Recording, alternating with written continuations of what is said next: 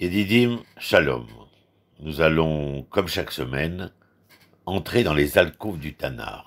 Yosef est un visionnaire, un homme doté d'une puissante capacité à imaginer un futur totalement différent de la réalité qui l'attend.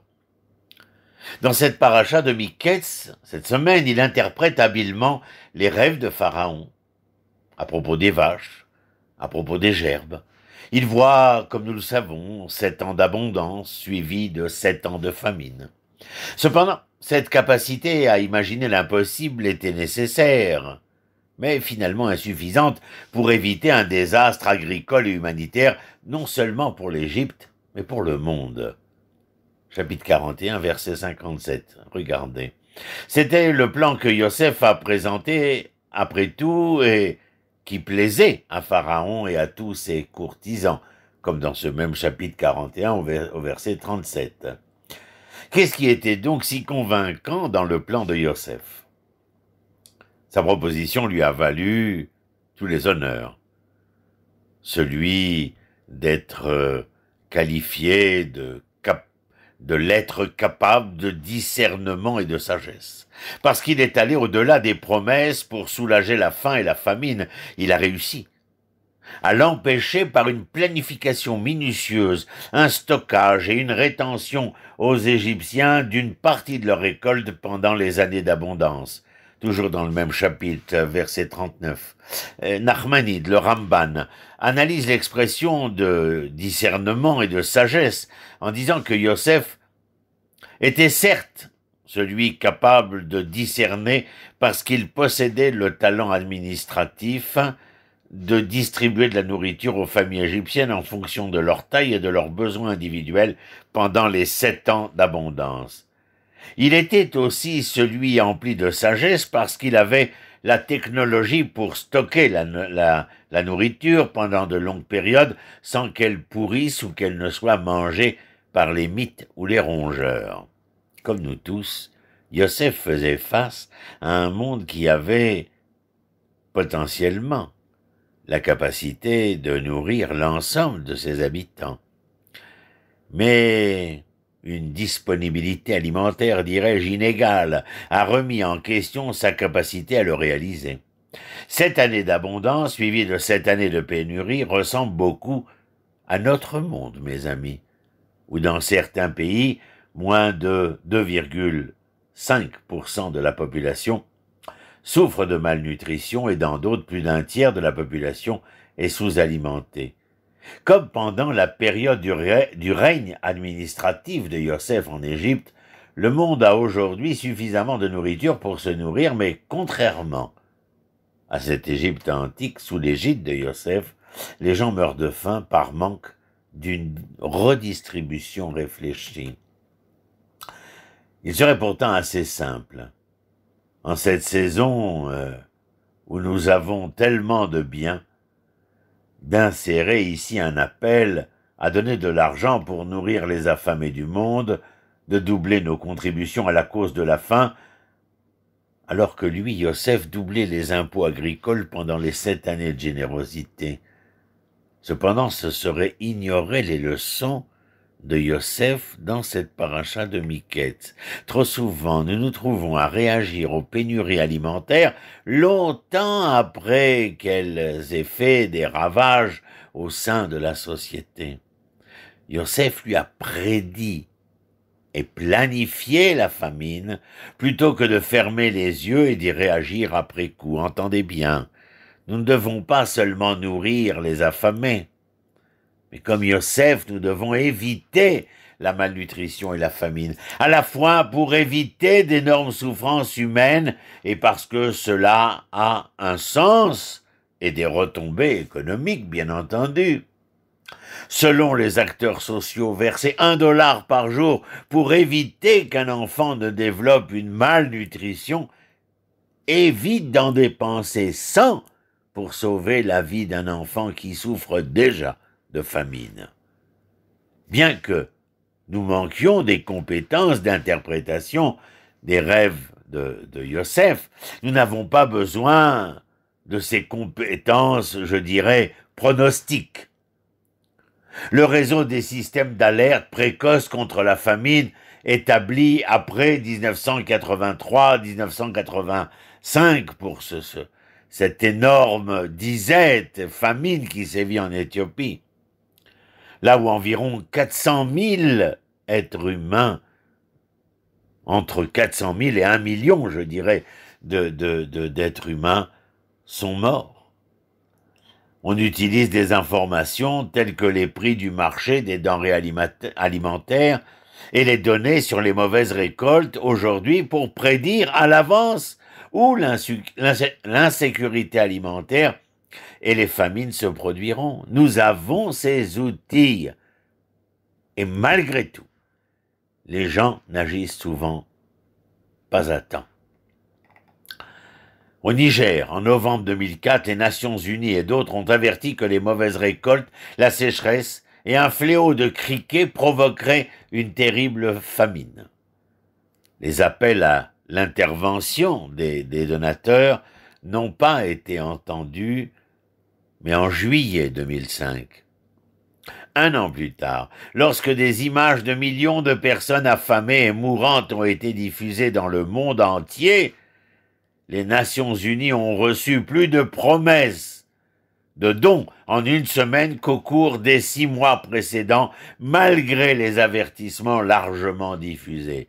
En effet, les analystes avaient constaté que tant le gouvernement que les bailleurs de fonds ne sont pas préparés à donner suite aux avertissements émis par les spécialistes, jusqu'à ce qu'il y ait des signes clairs de détresse parmi la population. C'est-à-dire lorsque nous sommes dans l'obscurité la plus totale. Nous essayons chacun d'allumer notre propre allumette afin d'éclairer cette obscurité. Lorsque cela se produit, les actions d'urgence peuvent sauver des vies, mais à un coût très élevé. Le Malawi, l'État du Malawi offre un exemple d'approche encore plus proactif pour éviter la famine. Ayant souffert lui-même de cette problématique pendant des années, le Malawi a produit des récoltes records en 2006 et 2007, en fournissant des semences de haute qualité et des engrais subventionnés aux agriculteurs pauvres. En conséquence, la prévalence de la faim chez les enfants au Malawi a baissé très nettement. Le pays exporte désormais des récoltes vers les pays voisins. Les prix des denrées alimentaires ont chuté et les salaires des ouvriers agricoles ont augmenté. En ce qui concerne la faim dans le monde, nous devons tous être des Yosef. Imaginer un monde différent de celui qui nous attend.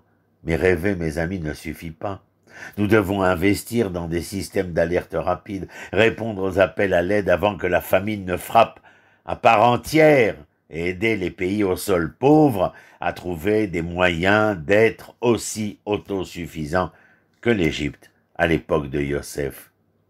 Comme ce dernier, nous devons, tout un chacun, prendre la responsabilité de voir ce dont nous avons besoin pour nous-mêmes en période d'abondance et ce que nous pouvons donner pour aider à renforcer la durabilité de ceux qui font face à la pénurie. Après, une amélioration peut-être subjective de la sécurité alimentaire dans le monde, au cours des premières années de notre nouveau siècle, je veux dire le 21e, la tendance s'est inversée. Il faut le savoir. Les conflits armés, les effets du changement climatique mettent en danger les objectifs des Nations Unies. En 2016, près de 815 millions de personnes, soit 11% de la population mondiale, n'ont pas mangé à leur faim. 38 millions de plus qu'en 2015. Selon un rapport publié vendredi, il y a quelques semaines, aussi à cette époque, par l'Organisation des Nations Unies pour l'alimentation et l'agriculture, nous sommes dans ces années, depuis 2010, où le nombre de personnes sous-alimentées a augmenté d'une année à l'autre. La situation s'est visiblement dégradée dans certaines parties de l'Afrique subsaharienne et de l'Asie du Sud-Est et de l'Ouest, souligne l'Organisation des Nations Unies, la FAO. Les conditions sont particulièrement graves dans les zones de guerre où habitent plus de la moitié des personnes mal nourries. Au cours de notre dernière décennie, le nombre de conflits violents s'est considérablement accru et ce sont les communautés rurales qui ont été le plus durement frappées avec des effets négatifs sur la disponibilité et la production alimentaire. L'insécurité alimentaire saine et nutritive s'est également aggravée dans certaines régions de paix. Les causes sont essentiellement le résultat de catastrophes naturelles, comme l'ouragan Matthew, qui avait sévi à Haïti, ou encore les tremblements de terre en Équateur et en Papouasie, Nouvelle-Guinée. Les chercheurs de la FAO soulignent aussi une hausse des sécheresses et d'inondations dues aux effets du phénomène climatique que nous connaissons, El Niño. Les objectifs de développement durable des Nations Unies prévoient d'éradiquer la faim dans le monde d'ici 2030. Peut-être, mais cette nouvelle détérioration de la situation alimentaire mondiale risque de contredire ces objectifs.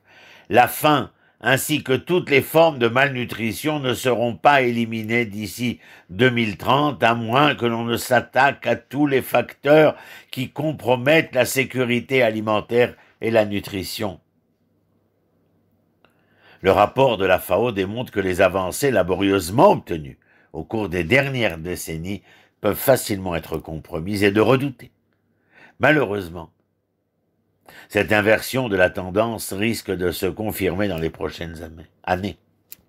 Actuellement, le Soudan du Sud, le Nigeria, la Somalie et le Yémen sont menacés de catastrophes humanitaires.